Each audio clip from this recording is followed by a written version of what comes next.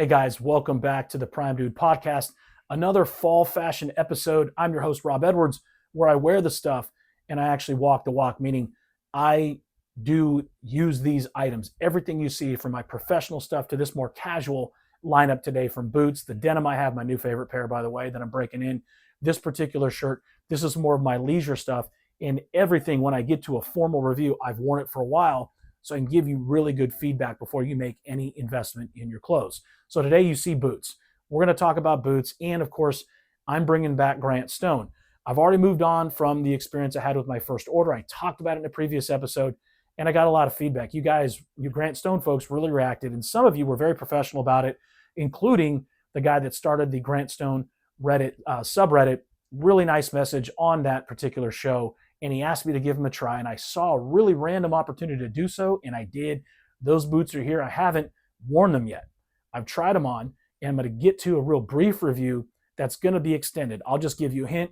I'm keeping them. So far, so good. More boots behind me. My favorite pair of denim. When I talk about boots, by the way, we're going to get into some care for the Horween Chromexcel. In that Indy boot I got back there, I finally got one. I got my first 403 Indy boot from Alden in the Horween brown Chromexcel. We're going to talk about it in a second. First, shirts. We've talked about pants. If you haven't seen them already, jump back after this one to my other episodes of the podcast, my most recent two, and I talk about the pants you need to have when the weather gets cold. I don't say seasons a lot because I don't really experience seasons where I live and mostly where I work. I'm in Texas. I work a lot in Florida, in the Gulf South. Now I'm going to Virginia, leaving tomorrow, actually, tomorrow Monday. It's late September. We're almost into October, and it's starting to cool off there, especially at night. So I'm kind of excited. It's going to change my wardrobe options a little bit, and so I can start breaking into a more seasonal fall wardrobe when I go there. When I come back here to Texas, it's still going to be in the 90s, low 90s for a couple weeks, but it's already starting to feel cooler at night and in the morning, so we're almost there. But for a lot of us, as I've seen on the Gentleman's Gazette comments, where they posted, how are you transitioning your fashion to fall recently? And they showed some beautiful pictures. Most of the comments were like, haven't done it yet, it's still 90. So a lot of Americans commenting, as Americans do, like me, it's like, we're not there yet. We're still wearing linen. We're still wearing lighter wools and cotton, like your tropical wools, because you can. Just because it's October, if it's 90 degrees outside, Fahrenheit, you can wear those things. But this flannel, I'm going to jump right to it. So we've got flannel shirts, we got boots, we got jeans.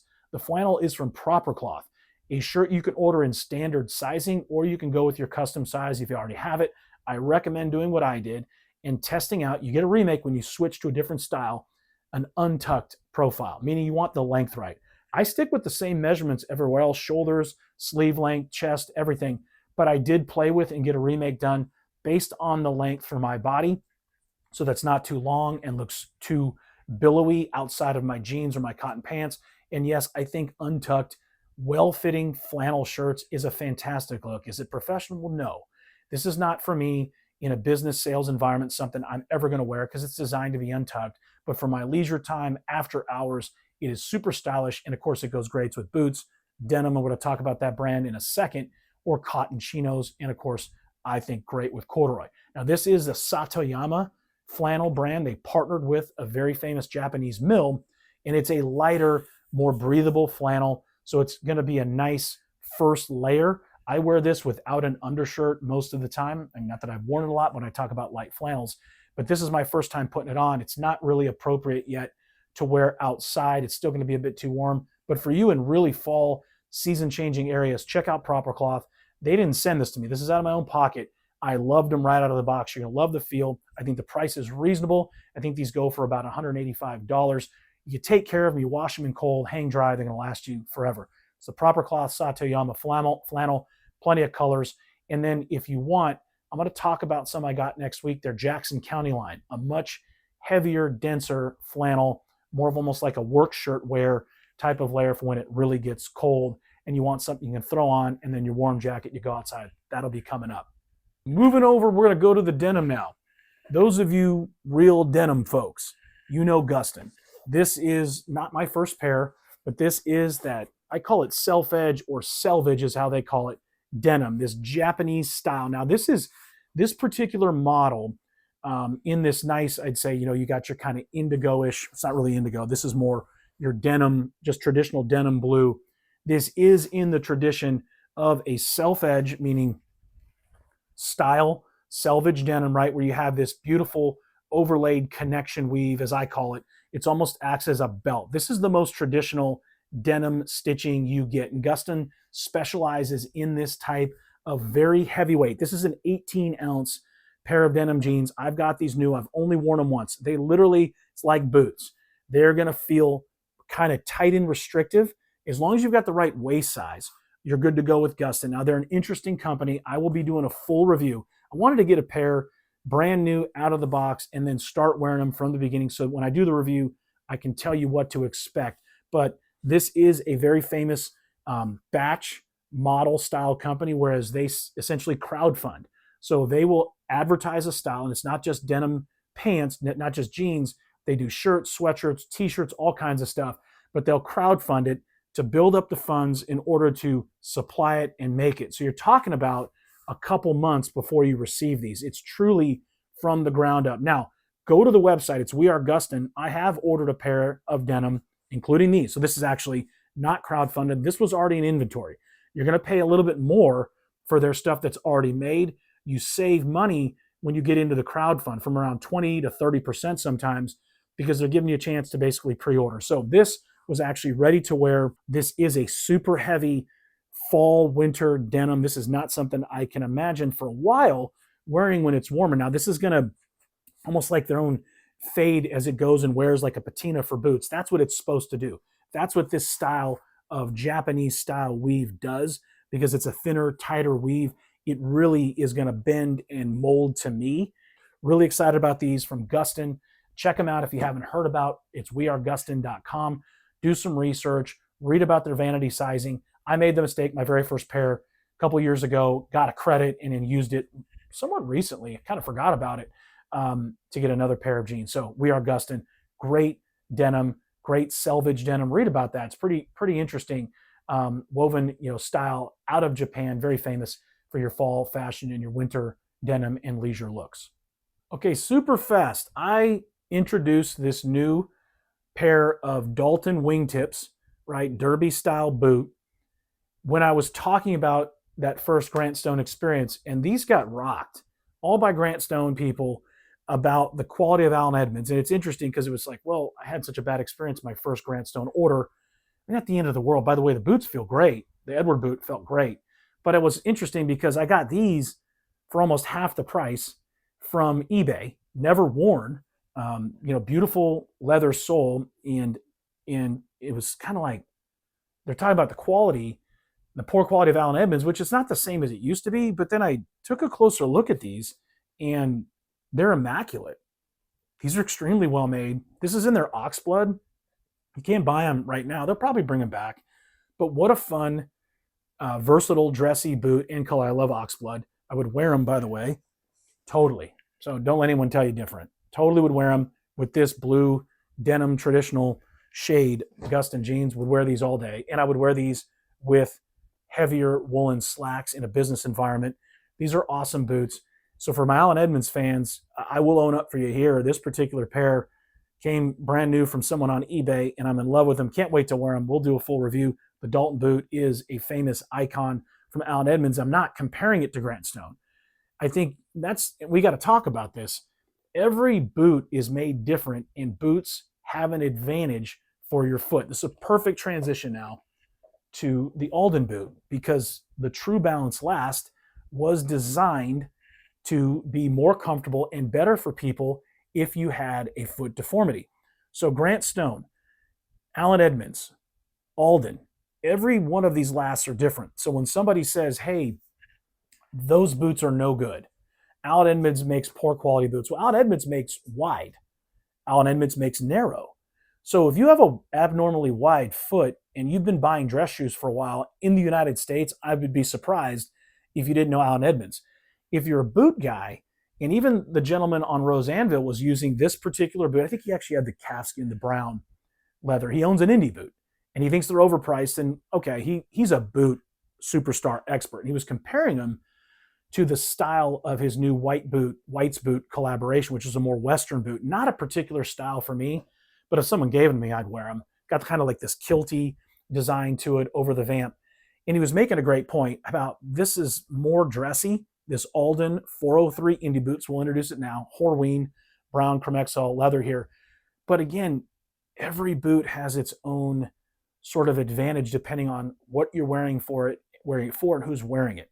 So I get a little bit bothered, I guess, or concerned when someone says that's a bad company, that's a bad boot, because I wasn't saying that about Grant Stone. I was just talking about my first experience. But then you read about it. I tried this new pair on down below. It's coming. And maybe I'll tease it now if you're waiting, because I don't want to take too long. There it is. You can see what color it is. And so it's just funny to see the heat that comes in one particular brand. Or people say Alden boots, they're overpriced. I mean, this new $700, that's a lot for a pair of boots, but it's also the Indiana Jones boot. You can be mad about it all you want, but if other people are paying the price, you have to as well. Get that? Like that's the demand portion of the supply and demand. And there are many things that drive demand, including brand recognition, style recognition, fame. The Indy boot is iconic. Like it or not, this boot with the mock toe stitching, this is the boot that Harrison Ford wore when he filmed the Indiana Jones movies, and that puts some juice behind it that makes Alden able to charge more money. It's a private business. Alden is in their business, like all of us are. When I talk about the work I do, my selling, the primary motivator, as much as I love what I sell, I'm not doing it for free. Neither are the folks at Alden. This is what we looked at, and you could see you could see the scratch here. I could feel it right there. It's going to shine over nicely with shoe care. It already has. And then I've already had real strong success since the table video, which was just a couple days ago. I haven't taken any more heat to these sort of imprints that had happened. I just think this boot was dropped, as I talked about when I looked up close at it. So the boot looks fantastic. The Indy boot's awesome. I'm going to do a full review, but with boots, I feel like I got to wear them for a while. So you're going to see this in like 6 months. I've already set a reminder. I'm going to get a lot of wear. This is going to be an everyday boot for me. I'm so excited to finally have a pair of the Indiana Jones boots from Alden. It's been an icon that I've wanted for a long time. I'm going to transition to what some of you might have been waiting for. You might have jumped to this, which is fine, is my second chance for Grant Stone. This is their cap toe. They call it a cap toe boot. This is in the forest green Kudu leather. And I'm going to do a full review of this. I've already analyzed this on the shoe table, but I haven't worn them yet. I've tried them on. Very much true to size. Grant Stone does a great job. I really appreciate, like the Shoe Mart does for Alden, but Alden doesn't do on their website. The Shoe Mart will tell you the Berry Last, the True Balance Last, like the one I have there, that True Balance Last, you half size down. I wear that in a 10D. Same with Grant Stone in the Leo Last, and they do a nice job. You don't have to look very far. They tell you order a half size down. So that is very important. Great advice from them. It is absolutely true for me. I have an average width foot. This is a nice, I love the Last. It's very sleek. In Kudu leather, this is my first move, my first investment in forest Kudu, of Kudu at all. And you can see it's got this almost scratched, worn look naturally. This is from an African antelope called the Kudu, and the leather behaves differently. It is not going to be if you're expecting and want your smooth calfskin, box calf style feel, Grant Stone has those offerings. They offer Chromexcel. This is different texture. This has kind of this rough out, nubby feel. And I fell in love with, I never felt it. So I ordered it, and I didn't get it from Grant Stone. I forgot to mention that. So I really haven't given them a second chance yet. I want to wait for feedback. They're going to look at that boot I sent back. But it was really strange. I typed in Grant Stone boot. That's all I did on eBay. Not even my size. This popped up. And I love green. I love olive. And I looked at it. I messaged the seller. This had never been worn. He tried it on a couple times. He got it as a gift. I think that's why his price was so fair. And he shipped it out to me in a day. And I fell in love with him, right? You've got this rubber sole it's not Day-Night. It's their own rubber sole. It might be Vibram. Very lightweight. You've got beautiful Goodyear stitching, Goodyear welting. You've got this storm welt. Do not use Renovateur on this product unless you have real shoe care needs. You use a light amount. You want this to rough up. So you're never going to treat these boots, the Kudu leather boots, to cover the natural occurrences of what you can say are scratching and sort of the wrinkles and character of it. It's supposed to rough up a little bit. For both this and Chromexcel leather, you should be using an oily leather mix, something formulated to help keep this moist. I've already treated it once, and I did a very, very light sheen. But as with Horween Chromexcel, as with Shell Cordovan, same with Kudu, good brushing is probably your best start. Now, it was interesting too, when I got them, the toe had some moisture on it. Again, just because the boots were new, when they're in somebody else's possession, there's going to be some cosmetic issues. And when I say cosmetic issues, I'm talking about something I can take care of, not holes, not dents. And so there was some water kind of surface stain there. And I did my homework. With Kudu, you brush it. They were still there. I just did a very moist, not too wet cotton chamois, and I rubbed it one way, just gave it a nice rub. You can feel that nice, almost nubbin feel on it. Let it dry, air dry, and they came out. I don't see ever touching this with shoe cream polish that has any kind of dye or pigment. I do have some that are kind of olive. I'm not going to go anywhere near it with this. You got to be real careful with that. I don't think you want to really change. You don't. The character of Kudu, I think maybe a couple times a year, if I don't need any shoe care, I might take this oily, they call it it's called Cuir, C-U-I-R, French. It's the oily leather mix from Saphir. I got it on Amazon. And then, for the Chromexcel, I keep doing that, Chromexcel, the Horween Chromexcel, I do use a little, very light, the lightest of layer, if I like the color match. I did that one time to those Indy boots, especially because I had a little bit of an issue, as I talked about on the shoe table. I didn't want to dry them out. And then after adding a couple layers, layer of the waxy or the oily cream, I finished with the shoe cream polish. You got to brush a lot. You're going to have to brush a lot with this. If you put that oily mix, like I said before, you put that on the Chromexcel as well, you're going to have to brush. This stuff, you will brush for like 5 minutes. It heats it up. It rubs it away because it really doesn't quite absorb, but the heat from the brush will help it. So reviews coming. I'm going to put some real wear on this. I'm super excited. I love this forest green. The color is fantastic. It really looks as good or better than it does on the website. Of course, when I saw it on on eBay, just like I had with the Allen Edmonds, I went and searched for, factory photos or showroom photos to see what it looks like. And then the first thing I want to see in light, because that's got to be fair. How does it look? It just plays well in the light. It's a fun boot. This has a dressy feel to it. You saw that denim. I don't need to pick it up again. Would totally wear it with this. The thing about green shoes or boots, any shade of green, and I got one from Crockett & Jones that I'm going to bring up next week, the Boston too.